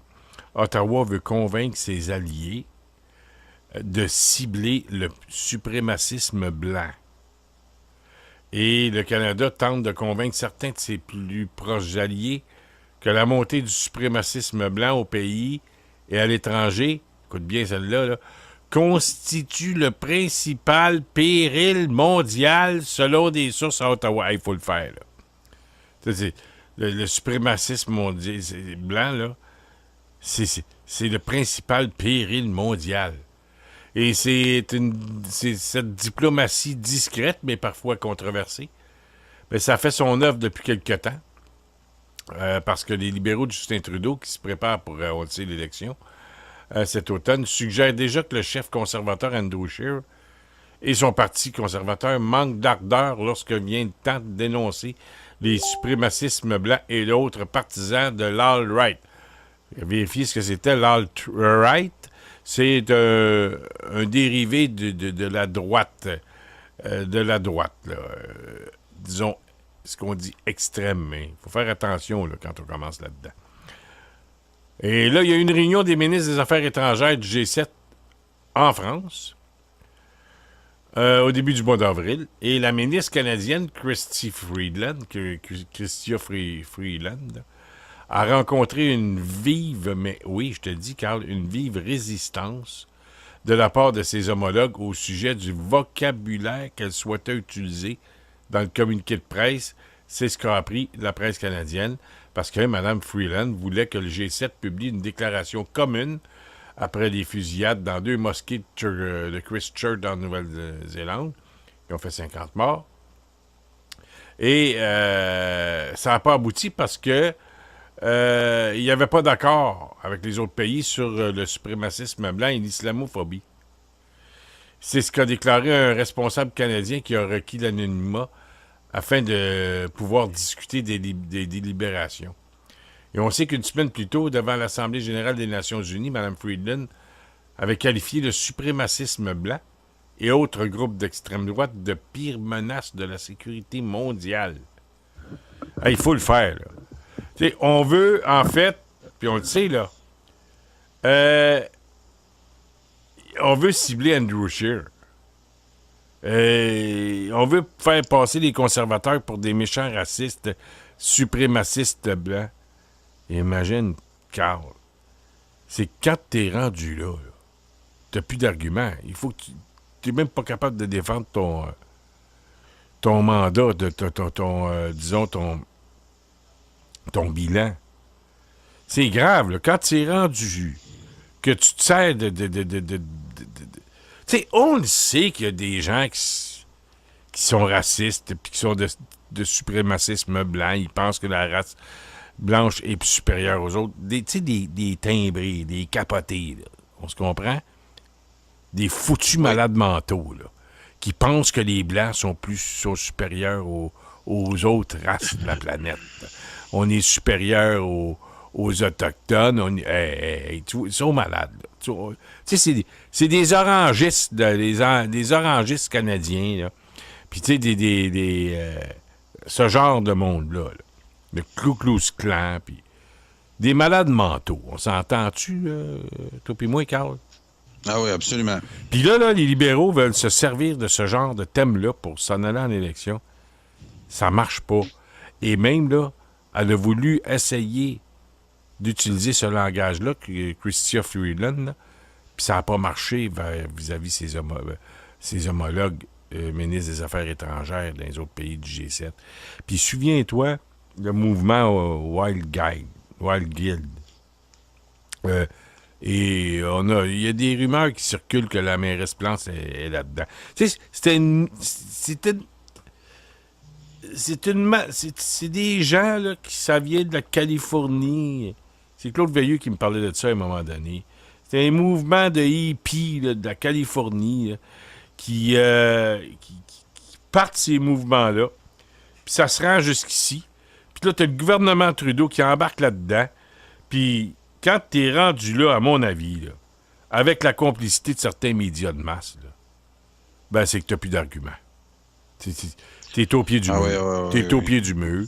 Puis là, t'es en train d'avouer ta faiblesse vis-à-vis ton bilan parce que t'en as pas de bilan. Puis ce que les Canadiens vont retenir de Trudeau, puis là, c'est pas le cas des Québécois, mais moi, je pense que les Canadiens vont retenir une chose de Trudeau, c'est ses niaiseries, ses déguisements, puis c'est toute la façon de tu sais, les déguisements, son voyage en Inde, là, ça sort, là, c'est en fin de semaine, si on veut rouvrir l'enquête sur son voyage qu'il a fait, comment ça s'appelle, là? Cannes? Aga Khan. On ressort ça. La première page de la revue Maclean, en disant qu'il était un complotiste. En tout cas, c'était grave, là, le terme qu'ils ont envoyé, qu'ils ont employé. Je me souviens plus vraiment exactement. Là, je me souviens pas du terme exact. C'est un mot. Et c'était très... c'est quoi? C'était... comment je pourrais dire? C'était dévastateur pour Trudeau. Et l'Ontario, je pense... Là, en tout cas, moi, je pense que les gens, là, ils ont voulu vivre leur petit bout de Trudeau, là. Ils l'ont eu, puis ils ont dit, garde, pense pas qu'on le veut encore 4 ans. On paie des taxes comme tout le monde, puis on veut que ça soit sérieux, l'affaire, là. Tu sais, je me mets dans la place des Canadiens, c'est leur pays. Laissez faire le God Save the Queen, ça, c'est du... C'est juste pour de la provocation, pour écœurer les députés du Bloc. Mais à un moment donné, il y a des gens qui sont quand même... Tu sais, pas tout le monde, pas tous des niaiseux, les Canadiens. Là, c'est qu'à un moment donné, ils disent... C'est un clown qu'on a comme premier ministre. C'est pas fort, là. Puis là, on arrive avec le suprémacisme blanc. Écoute, là, ça veut jouer dans les tales du mondialisme, du globalisme. Et puis, tu sais, là, on emmène le suprémacisme blanc là-dedans. Là, t'as plus d'arguments. Excuse. Quand tu as évité tous les obstacles concernant le racisme, la xénophobie, puis tout ça, par la suite, là, il y a toutes sortes... ils peuvent te dire aussi que tu es complotiste. Donc, ils ont plein d'armes de l'autre côté pour essayer de discréditer ceux qui pensent pas comme eux. Puis, je suis content que Mathieu Bock-Côté est un de ceux qui prend la peine de réfléchir là-dessus puis essayer de nous informer de tout le bagage que ce gars-là a. Il réussit toujours là, à toutes les semaines là, de nous éclaircir. Puis son texte là, de samedi que tu m'as partagé tantôt, je l'avais pas lu. Puis ces textes le samedi sont un peu plus longs. Puis il en profite souvent là, pour mieux développer sa pensée. Puis effectivement, là, qu'est-ce qu'il parle dans son texte là, de samedi, le 20 avril, son titre « Expulser symboliquement les Québécois de chez eux », ça résume, le titre résume très bien ce qu'il dit dans l'article. Puis c'est l'impression qu'on a là, avec la Ville de Montréal, qui, depuis le show qu'ils nous donnent, là, les gens de Montréal depuis 3 semaines, les exposent là, comme il faut et ils ont essayé là, de nous influencer sur notre position par rapport à la laïcité. Ils ont essayé de toutes sortes d'insultes, d'allusions. Puis, ça nous a permis de voir les acteurs sur leur vrai jour. Ça nous a permis de revoir aussi le colonialisme britannique, la supériorité anglo-saxonne à son meilleur, l'arrogance de nos... on voit sortir de vieux réflexes coloniaux de la part du Canada anglais, des réactions qui viennent de haut. Et c'est des choses là qu'on n'oubliera pas. Là. En tout cas, ça permet de mieux ouvrir les yeux des Québécois, là. De dire, hey, attends un peu, là, on a eu un défilé où, juste avant le référendum, vous nous avez dit que vous nous aimiez. Puis là, on est en train de... Comme Jason Kenney, son discours de victoire la semaine passée en Alberta, où il s'est adressé à la foule en français. Quelques semaines avant, là, il y a du monde qui huait un maire de Edmonton là, qui s'est adressé un peu en français. Puis on voit là que on a changé de ton. Puis, c'est ça. Ce que Mathieu Bock-Côté dit là, par rapport à Montréal, c'est encore une ligne qu'on parle beaucoup, toi puis moi, François. Les gens de Montréal, là, ça nous montre l'urgence de donner un coup de barre dans cette ville-là avant qu'elle se sépare complètement du reste du Québec. Il y a une tentative de sortir Montréal du Québec. Et ça a été travaillé par nos fédéralistes, par Jean Charest, par beaucoup Couillard. Et là, il faut, maintenant qu'on a repris les rênes, le provincial va sûrement intervenir il y a encore 3 ans. Ah, c'est évident. Et puis, je pense que Mathieu Bock-Côté, puis allez lire ça, ce texte-là, mesdames et messieurs. Texte qui a paru dans le Journal de Montréal samedi dernier, le 20. Il s'intitule « Expulser symboliquement les Québécois de chez eux ». Je répète, expulser symboliquement les Québécois de chez eux. C'est signé Mathieu Bock-Côté dans le Journal de Montréal de samedi, qui vient il y a 3-4 jours, 2-3 jours. Samedi, le 20 avril. Excellent texte, et c'est pour ça que je l'ai retenu un peu. Puis, en fait, ça dit que Montréal, c'est l'endroit où on milite pour envoyer certaines hostilités à la laïcité, et c'est d'abord et avant tout la fracture de plus en plus évidente entre la majorité francophone, la majorité historique francophone, et les populations issues de l'immigration. Et il y aurait Montréal, la moderne, qui travaillerait à s'arracher à l'emprise du Québec, qui, lui, est moisi. Et se pourrait-il qu'au Québec, ce soit moins la majorité qui rejette les minorités que l'inverse? Est-ce que ça se pourrait qu'une proportion significative des nouveaux arrivants adhèrent non seulement au Canada, mais à sa vision condescendante du peuple québécois? Possible aussi. C'est intéressant de poser des questions. Est-ce que ça se pourrait aussi que mieux on s'intègre au Canada, plus on rejette le Québec? Comment comprendre autrement le vote quasi-soviétique contre tous les partis politiques qui représente de près ou de loin le nationalisme de la majorité historique francophone? Quand on se pose toutes ces questions, mais on tentera de répondre une chose, c'est qu'il y a de la québécophobie systémique, mon Carl. C'est organisé, tu sais, on parle de racisme systémique, ça c'est organisé en système. J'en connais pas de système, moi, qui organise le racisme au Québec. Il y a des propos racistes, il y a des gens racistes, mais c'est pas érigé en système. Par contre, de la québécophobie, ça, c'est érigé en système.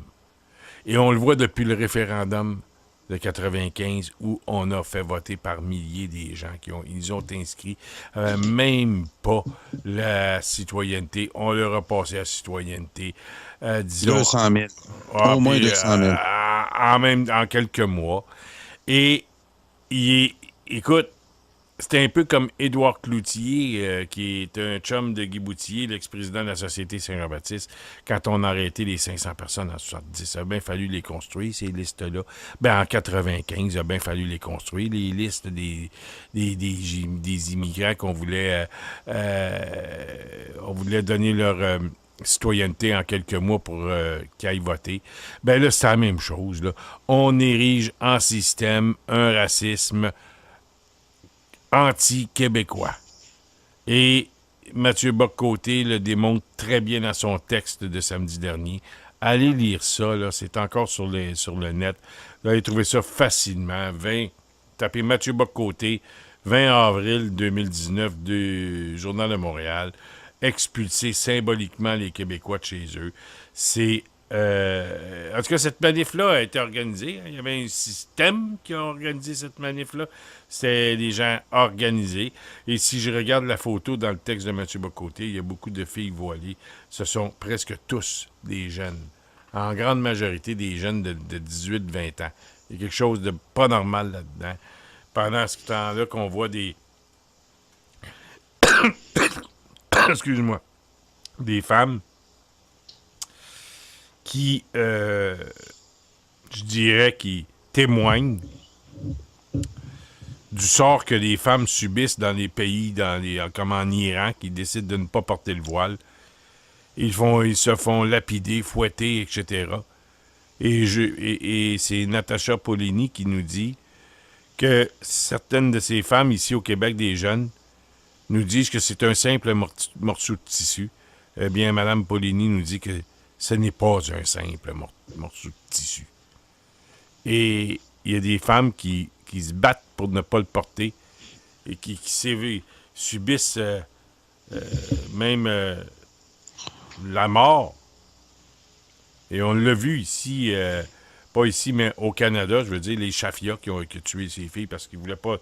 Ces filles ne voulaient pas s'adapter à ce mode de vie.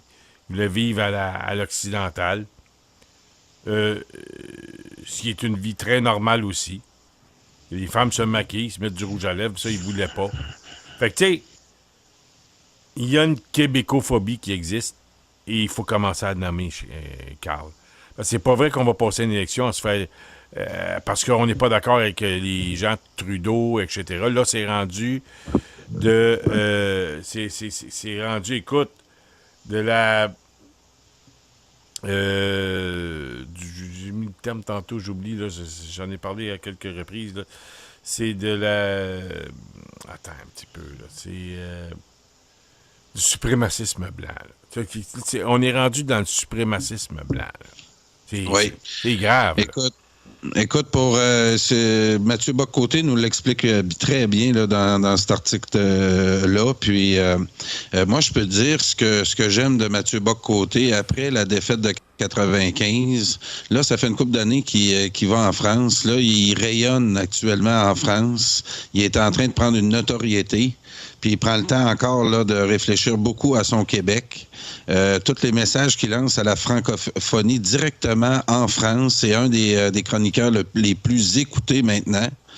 Mais je regarde comment il a fini son texte où il dit ceux qui croient que le peuple québécois mérite non seulement de survivre, mais de prendre en main ses destinées.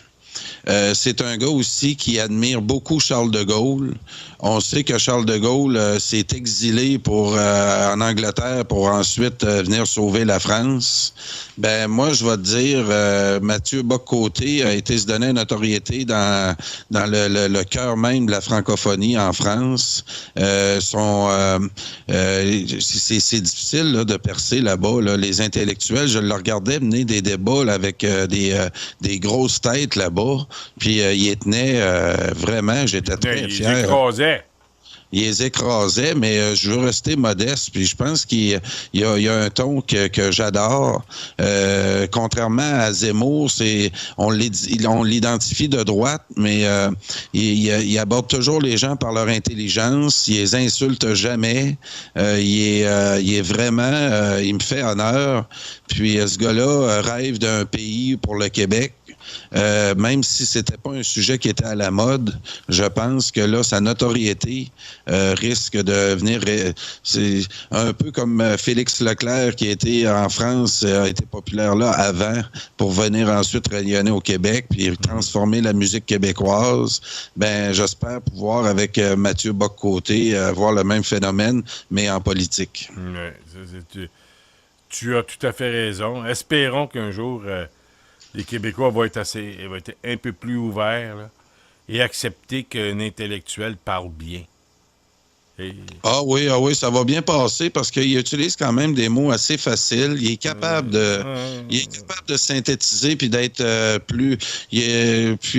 l'autre chose que je voulais dire, il s'est déjà impliqué en politique. Hein? C'est quand je me suis occupé d'Alexis Cossette-Trudel aux dernières élections provinciales, j'ai appris qu'il y avait eu une élection à la présidence du Parti québécois entre Alexis et Mathieu Bock-Côté, que Alexis a gagné. Mais c'est ça, Mathieu Bock-Côté va sûrement vouloir éventuellement faire de la politique active. Puis j'ai l'impression que ça va venir plus vite qu'on pense. Souhaitons-le, mais par contre, j'aimerais mieux qu'il reste dans le Journal de Montréal. Il y a plus de pénétration dans son message. Et c'est bien beau, là, se présenter comme député. Moi, là, je vais te dire une chose, je termine là-dessus. Quand Jean Lapierre est retourné en politique avec Paul Martin, j'étais bien content. Parce que quand il parlait à tous les matins à Paul Arcand, puis aux autres, là, puis à Ajoute, puis des affaires-là, il y avait bien plus d'impact que quand il était ministre du Transport. Je suis d'accord. On le voyait plus, ministre du Transport.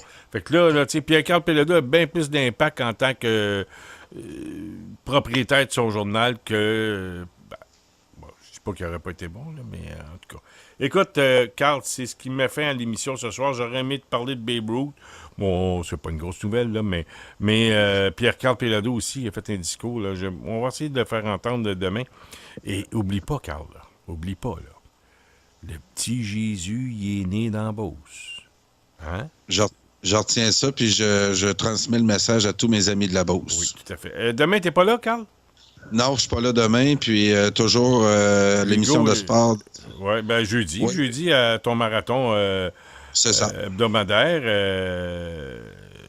tu vas venir faire ton marathon en compagnie de Dan Saint-Hilaire et tout de suite après moi. Fait que jeudi, mon Carl, merci beaucoup d'avoir été là ce soir et ça va encore fort intéressant encore une fois. Salut tout le monde. Salut.